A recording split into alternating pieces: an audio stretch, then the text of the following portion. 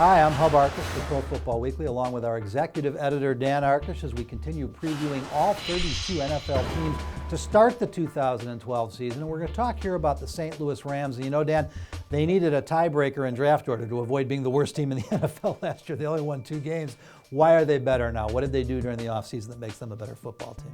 Well, the biggest thing, obviously, was going out and getting Jeff Fisher, Hub, who I think was widely considered the most proven commodity as far as head coaching possibilities. He's got a winning track record. He's now the 3rd winningest coach in the NFL behind Belichick and Shanahan.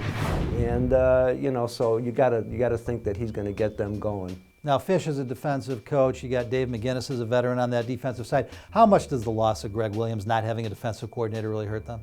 Well, I think he's really got a really good staff even without Williams. And I think between McGinnis and even Williams' son Blake, who's the linebacker coach, and Fisher, they're going to do a decent job collectively taking the place of Greg Williams. And personnel-wise, they didn't lose much off a really bad team. James Hall, Brandon Lloyd, those are guys that have to be replaced when you rebuild anyway. What are your other reasons to be concerned that the Rams can't get much better this year?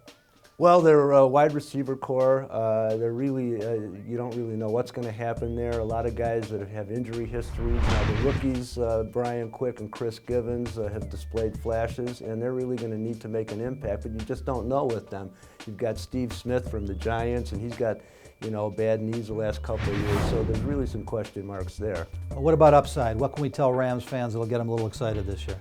I think they've made dramatic improvements on defense, both at defensive tackle and at cornerback. So I think that's a big thing for them. They already had good cornerstones in James Laurinaitis, the middle linebacker, and Chris Long, the up-and-coming defensive end. Well, of course, the other thing you got to watch with the Rams is Sam Bradford, a franchise quarterback.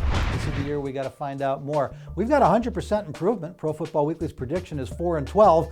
Unfortunately, that still leaves them last in the West and near the bottom of the NFC. That'll do it for our Rams season preview. To get previews of all 32 NFL teams, stay right where you are at ProFootballWeekly.com, 24 hours a day, 7 days a week.